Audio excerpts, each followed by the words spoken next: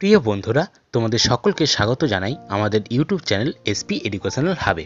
আজকে আমরা কবি মানিক বন্দ্যোপাধ্যায়ের লেখা নদীর বিদ্রোহ গল্পটি থেকে সংক্ষিপ্ত ব্যাখ্যাধর্মী ও কিছু গুরুত্বপূর্ণ রচনাধর্মী প্রশ্ন নিয়ে তোমাদের কাছে চলে এসেছি, যা তোমাদের তৃতীয় পর্যায়ে কবিক পরীক্ষা তথা টেস্ট ও মাধ্যমিকের জন্য খুবই গুরুত্বপূর্ণ।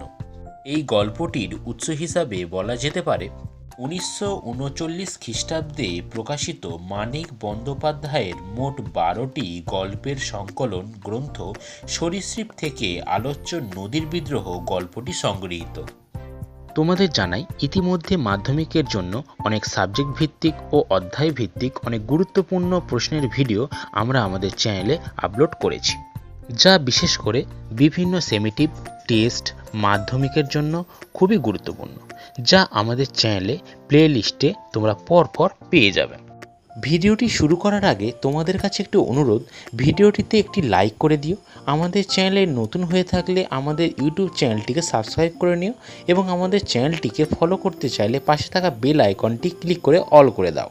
তো চলো বন্ধুরা, এবার দেখে নেওয়া যাক মাধ্যমিক বাংলার এক গুরুত্বপূর্ণ গল্প নদীর বিদ্রোহ থেকে সংক্ষিপ্ত ব্যাখ্যাধর্মী প্রশ্নমান 3-এর প্রশ্নগুলি। প্রশ্ন: নদীর বিদ্রোহের কারণ সে বুঝিতে পারিয়াছে। কে কিভাবে বুঝতে পেরেছে? নদীর বিদ্রোহ বলতে সে কি বোঝাতে চেয়েছে? নদীর বিদ্রোহের কারণ কি ছিল? নিজেরই পাগলামিতে যেন আনন্দই উপভোগ করে। কার কথা বলা হয়েছে? তার পাগলামিটি কি? নদীর জন্য নদের চাঁদের এত বেশি মায়া একটু অস্বাভাবিক। নদীর প্রতি নদের চাঁদের মায়া বা ভালোবাসার পরিচয় দাও। সে প্রায় কাঁদিয়া ফেলিয়াছিল। সে কে? সে কেন কেঁদে ফেলেছিল? পারিলেও মানুষ কি তাকে রেহাই দিবে? কার কি পারার কথা বলা হয়েছে? মানুষের তাকে রেহাই না দেওয়ার কারণ কি? নদীকে এভাবে ভালোবাসিবার একটা কৈফিয়ত নদের চাঁদ দিতে পারে। এখানে নদের চাঁদ কে? নদীকে ভালোবাসিবার কোন কৈফিয়ত নদের চাঁদ দিতে পারে? নদীর প্রতি তার ভালোবাসার পরিচয় দাও। কৈফিয়ত দেওয়ার প্রয়োজন হয়েছিল কেন? নদের চাঁদের ভারী আমোদবোধ হইতে লাগিল। নদের চাঁদের পরিচয় দাও। তার আমোদবোধ হওয়ার কারণ কি? তারপর সে কি করেছিল? কোন সময় কেন নদের চাঁদের ভারী আমোদবোধ হইতে লাগিল? চোখের পলকে কোথায় যে অদৃশ্য হইয়া গেল চিঠিখানা, এখানে কোন চিঠিখানার কথা বলা হয়েছে? সেটি চোখের পলকে কোথায় বা কিভাবে অদৃশ্য হয়ে গেল তা লেখো। নদের চাঁদ ছেলে মানুষের মতো ঔৎসুক্য বোধ করিতে লাগিল, কি কারণে? বোধহয় এই প্রশ্নের জবাব দিবার জন্যই। কোন প্রশ্ন? এই প্রশ্নের জবাব দেবার জন্য কি হয়েছিল? প্রথমবার নদীর দিকে দৃষ্টিপাত করিয়াই নদের চাঁদ স্তম্ভিত হইয়া গেল। নদের চাঁদ স্তম্ভিত হয়েছিল কেন?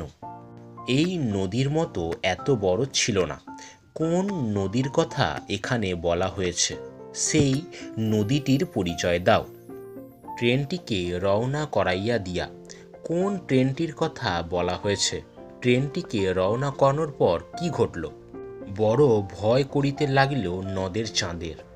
নদের চাঁদের ভয়ের স্বরূপ আলোচনা করো। চিঠি পকেটেই ছিল। কোন চিঠির কথা বলা হয়েছে? সেই চিঠির কি পরিণতি হয়েছিল? চিরদিন সে নদীকে ভালোবাসিয়াছে। এখানে সে বলতে কার কথা বলা হয়েছে? চিরদিন সে নদীকে কিভাবে ভালোবেসেছে? নদীর সঙ্গে খেলা করার লোভটা সে সামলাইতে পারিল না। কে নদীর সঙ্গে খেলা করার লোভটা সামলাতে পারল না? সে নদীর সাথে কিভাবে খেলা করছিল?